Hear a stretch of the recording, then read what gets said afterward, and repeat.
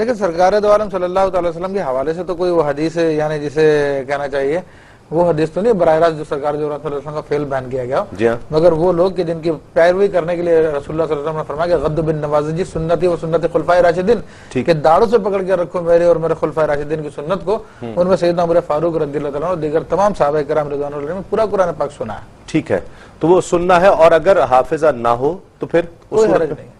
پھر کوئی حرج نہیں ہے، وہ ویسے ایک سنت چھوڑ کے دوسری کر سکتے ہیں. ناظرین، بات یہ ہے کہ آج ہم دنیا کی حقیقت کے تعلق سے بات کر رہے ہیں، اور یہ طے ہوا کہ دنیا جو ہے وہ ایک متاع غرور کہا گیا ہے. اس حوالے سے ہم مزید بات کریں گے. کالر شامل کرتے ہیں. السلام علیکم. السلام علیکم تسلیم بھائی. وعلیکم السلام. کون اور کہاں سے؟ نادیہ بات کریں فیصلہ آباد سے. کیسے تسلیم جی بھائی؟ اللہ کا کرم، الحمدللہ. کیا کہیے گا؟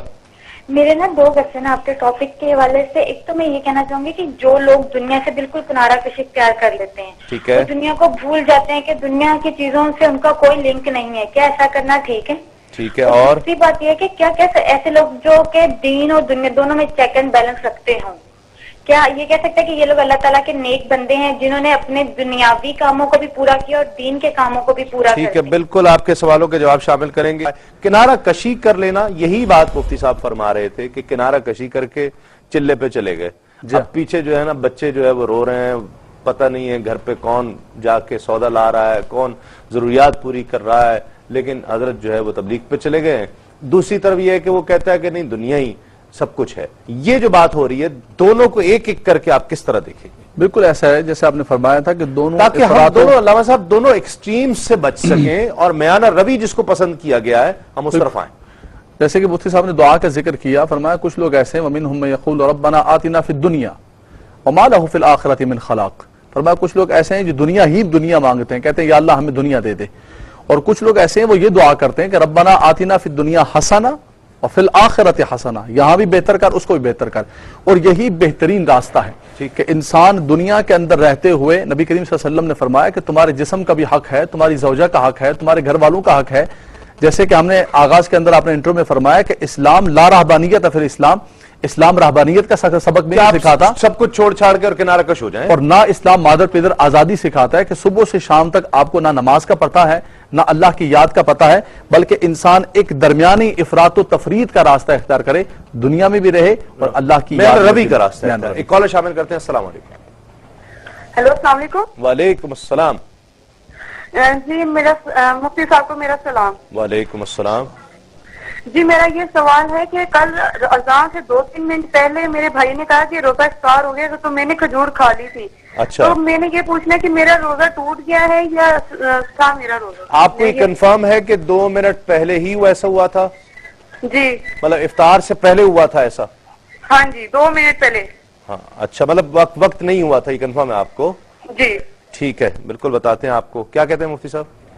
اس حوالے سے تو یہ کہ روزہ تو ٹوٹ جائے گا بہرحال، کیونکہ اس نے وقت سے پہلے افطار کر لیا. اگر ان کو کسی نے غلط بیانی کر دی ہے تو وہ صورت تو وہ تو ٹوٹ گیا. گلاس اوپر سے چھوڑا جائے تو نیچے گرے گا تو ٹوٹ ہی جائے گا. ہاں، اب وہ گرا ہے یا گرایا گیا ہے وہ تو جو بھی ہے بہرحال یہ کہ روزہ ٹوٹ گیا. اور اس پہ یہ کہ گناہگار نہیں ہوں گی کیونکہ ان کو غلط انفارمیشن دی گئی، البتہ قضا کر لیں بعد میں، اس کا کفارہ نہیں ہے. جی جی ٹھیک ہے. ناظرین ایک کالر اور شامل کرتے ہیں، دیکھتے ہیں کون اور کہاں سے کال کر رہے ہیں. السلام علیکم. السلام علیکم. لائن میرا خیال ڈراپ ہو گئی ہے. جو بات علامہ صاحب کر رہے تھے کس طرح اس کو دیکھتے ہیں؟ یعنی جو میانہ روی کا راستہ ہے وہ کیسا ہے کہ کیا تو پھر کنارہ کشی اور گوشہ نشینی اور تبلیغ سے روکتا ہے دین؟ وہ کہتے ہیں دیکھیں یہ علامہ صاحب نے جو بات بیان کی بالکل سچی بات بیان کی ہے، اور حقیقت یہ کہ نبی کریم صلی اللہ علیہ وسلم نے جو اپنے حیات طیبہ ہمارے سامنے پیش فرمائی ہے اس کے علاوہ کسی اور میں ہدایت نہیں ہے. ہدایت صرف اسی میں ہے. دنیا کو متاع غرور کیوں کہا گیا ہے؟ لیکن دنیا کو متاع غرور کہنے کی وجہ یہ ہے کہ دنیا غرور کا معنی تو دھوکہ، اور دنیا کو متاع غرور اس لیے کہا گیا تھا کہ یہ سراسر دھوکہ ہے، ایک فریب ہے. انسان جب تک اس فریب میں مبتلا رہتا ہے وہ اسے ہوش میں نہیں ہوتا میں کہاں پہنچ چکا ہوں. سیدنا امام غزالی علیہ رحمۃ الباری نے اس کو ایک مثال سے بیان فرمایا کہ کوئی بڑھیا ہے جس کا انتقال ہو چکا اور اس کے جسم پہ کافور لگا ہوا اور خوشبو مہکری ہے، سفید اس کے اوپر کپڑا ڈالا ہوا. اب کوئی شخص نشے میں ہے اور نشے میں اس کو اب تمیز نہیں ہے اچھے اور برے کی، وہ اس کو حسینہ سمجھے گا اور حسینہ سمجھ کر اس نے پوری رات کالی کر دی اس کے ساتھ. اور جب اس کو ہوش آتا تو اسے معلوم ہوتا ہے کہ جناب میں تو نشے میں تھا اور میں کیا تھا اور میں کیا سمجھ رہا تھا. تو اسی طرح دنیا کا معاملہ ہے کہ انسان جب دنیا کے اندر مبتلا رہتا تو اسے ہوش نہیں رہتا. حالانکہ انبیاء کرام علیہ السلام نے ان کی حقیقت کو پہلے بتا دیا ہے کہ دنیا صرف جتنی ضرورت ہے اتنی انسان لے, باقی اس کے لیے اپنے ایمان کو برباد نہ کرے, اپنے دین کو برباد نہ کرے. صحیح. دنیا میں ترقی کی خواہش رکھنا یہ ایک مسلمان کو اس کی اجازت ہے؟ بالکل تسلیم بھائی, اسلام اپنے ماننے والوں کو اس سے منع نہیں کرتا کہ وہ اقوام عالم کے سامنے آگے نہ بڑھیں, ترقی نہ کریں, اچھی سے اچھی زندگی بسر نہ کریں, بلکہ اپنے ممالک کو زیادہ سے زیادہ ترقی یافتہ نہ کریں. اسلام اس کی ممانعت نہیں کرتا ہے. ٹھیک ہے. لیکن جیسے کہ ہم نے آغاز کے اندر کی کہ مسلمان اس کے کوئی حدود و قیود ہوتے ہیں, اللہ اور اس کے رسول کے بتائے ہوئے اصولوں اور ضابطے کے مطابق اگر وہ چل کر اللہ تبارک و تعالیٰ اس کے لیے راستے, ترقیوں کے راستے کھولتا ہے, تو اس کو آگے بڑھنے میں ہر شخص کی یہ تمنا ہے کہ ہمارے بچوں کو اللہ تبارک و تعالیٰ دنیا میں آخرت میں ترقیاں نصیب فرمائے. اس کے لیے انسان کوشش کرتا ہے, اپنے بچوں کو پڑھاتا ہے, کوئی آگے بڑھتا ہے نہیں بڑھتا ہے, لیکن اس ترقی سے اسلام نہیں روکتا ہے اور یہ کوئی دنیا داری نہیں ہے. عام طور پہ لیکن جو تصور ہے, کہا کہ جو اب مسلمان ہے تو اب تم دین سے وابستہ ہو گئے ہو تو بس اب تم فقیری حال میں رہو, بس فقیری رہے کہ کپڑے بھی دھلے ہیں تو پتہ نہیں دھلے ہیں کہ نہیں دھلے. یہ اسلام ہے؟ لیکن یہ بہرحال صحیح, یہ دنیا میں یہ ہونا چاہیے؟ نہیں, یہ تو صفائی نصف ایمان ہے, بہت مشہور طہور و شطر الایمان. صفائی سے اگر ہٹ کر میں اس کے اوپر کی بات کروں, اس سے اگر آپ اس کی پریزنٹیشن کی بات کرتے ہیں, اس میں سیدنا امام ابوالحسن شاذلی رحمۃ اللہ کا واقعہ ہے کہ آپ بڑا اچھا نفیس لباس پہنا کرتے تھے. تو ایک صوفیہ ہے جس نے ان کا لباس پہنا ہوا تھا اور آ کر کہنے لگا کہ یا شیخ معبد اللہ فی هذه الالبسہ, اے شیخ اتنے زرق برق اچھے لباسوں میں تو اللہ کی عبادت نہیں کی جا سکتے. سیدنا امام ابوالحسن شاذلی رحمۃ اللہ نے اس کا جبہ پکڑا اون کا اور فرمایا کہ ایک فقیر, اس جبے میں بھی اللہ کی عبادت نہیں کی جا سکتی. میرا لباس کہتا ہے میں غنی ہوں, مجھے تمہارے مال کی ضرورت نہیں ہے. تمہارا لباس کہتا ہے میں فقیر ہوں, مجھ کو دو. تو یہ تم نے مانگنے والا لباس پہنا ہوتا کہ لوگ تم پہ ترس کھائیں. کیا کہتے ہیں علامہ صاحب؟ میں ایک کالر پہلے شامل کر لوں. السلام علیکم. السلام جی کون اور کہاں سے؟ جی میں لبنہ بات کر رہی ہوں راولپنڈی سے. جی لبنہ فرمائیے. بھائی مجھے آپ سے یہ سوال پوچھنا تھا مفتی صاحب سے کہ میری مما اپنی بہن کو زکوٰۃ دینا چاہتی ہیں. اچھا.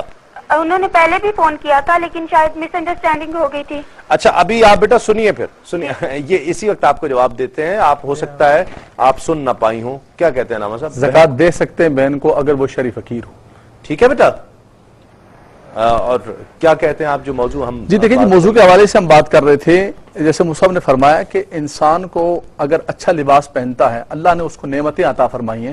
ایک شخص نبی کریم صلی اللہ علیہ وسلم کی بارگاہ کے اندر حاضر ہوا, حضور نے اس کے لباس کو دیکھا کہ بڑا میلا کچیلا اور پرانا پھٹا ہوا لباس ہے. تو حضور علیہ السلام نے فرمایا کیا اللہ نے تمہیں نعمتیں نہیں دی, مال نہیں دیے؟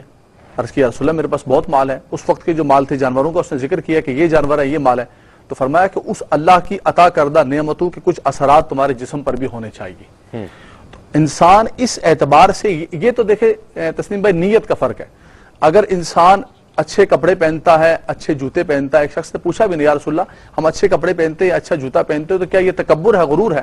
حضور نے فرمایا نہیں, غرور یہ ہے کہ انسان دوسروں کو کم تر سمجھے اور بطور تفاخر کے اپنے آپ کو بلند و بالا کرنے کے لیے پہنو, تو یہ ایک الگ نیت چلی جاتی ہے. اور اللہ کی عطا کردہ نعمتیں, اللہ کا عطا کردہ مال ظاہر ہونے چاہیے, اس کے اثرات اس کے لیے پہنتا ہے تو کوئی حرج نہیں. ایک کالر شامل کرتے ہیں. السلام علیکم. السلام علیکم. وعلیکم السلام. انکل مجھے آپ سے کوشچن کرنا تھا کہ عشاء کی نماز بہت لینتھی ہوتی ہے تو میں جب پڑھتی ہوں نا تو بھول جاتی ہوں اکثر, تو اس میں میں 4 فرض 2 سنت اور 3 وتر پڑھتی ہوں. کیا یہ پڑھنا ٹھیک ہے عشاء میں؟ اور عشاء میں ٹھیک ہے جی. اور ایک اور تھا کہ میری جو مدر ہے نا ان کو ایام کی بہت پرابلم ہے پچھلے 4 ماہ سے, تو اس میں وہ کیا نماز اور روزہ وغیرہ رکھ سکتی ہیں؟ ٹھیک ہے بیٹا, آپ کو بتاتے ہیں. بہت شکریہ. جی بات آپ کر رہے تھے علامہ صاحب, کیا کہتے ہیں؟ دیکھیں جی اس کے اندر یہی ہے کہ انسان, یہ تو حقیقت ہے تسلیم بھائی, اس حقیقت سے بھی منہ نہیں چرایا جا سکتا کہ دنیا کو قرآن نے فتنہ قرار دیا ہے اور نبی کریم صلی اللہ علیہ وسلم کی حدیث ہے, ایک آزمائش تو ہے نا جی. کتنے لوگ ہیں جو دنیا کے اندر رہتے ہوئے اللہ کی یاد اور اللہ کے ذکر سے غافل نہیں ہوئے. تو دنیا کے اندر ایک چارم ہے, زین للناس حب الشہوات من النساء والبنین والقناطیر المقنطرہ. اللہ خود فرماتا ہے کہ ہم نے یہ دنیاوی ساری چیزوں کو مزین کیا ہے, آراستہ کیا ہے. تو دنیا کے اندر آدمی ڈوب جاتا ہے, یہ حقیقت ہے, اللہ کی یاد سے غافل ہو جاتا ہے, اور بخاری کی حدیث ہے. میں ایک کال شامل کر لوں. السلام علیکم. بھائی کیا حال ہے؟ جی اللہ کا کرم. کون اور کہاں سے؟ میں فرحان کراچی سے بول رہا ہوں. سب سے پہلے تو آپ کو رمضان کی مبارک ہو. آپ کو بھی رمضان کی مبارک. جی فرحان کیا کہیے گا؟ یہ سوال یہ ہے کہ حضرت جیسے آج کل مال دولت کا چل رہا ہے کہ اللہ تعالیٰ اگر اس کو ایک کو اتنا دے دیتا ہے تو اگر اس کو سلام ہم کریں وہ جواب نہ دے تو اس کے بارے میں کیا حکم ہے؟ اور کرے بھی تو وہ 3 انگلیاں ملاتا ہے. ہاں ایک مسئلہ یہ ہے نا، سلام کریں تو جواب نہیں دیتا، نہیں کریں تو اس کا زاویہ الگ رہتا ہے، تو ایسے میں کیا حکم ہے کہ اس کو سلام کیا جائے یا نہ کیا جائے؟ ہاں صحیح بات ہے، بالکل آپ کو جواب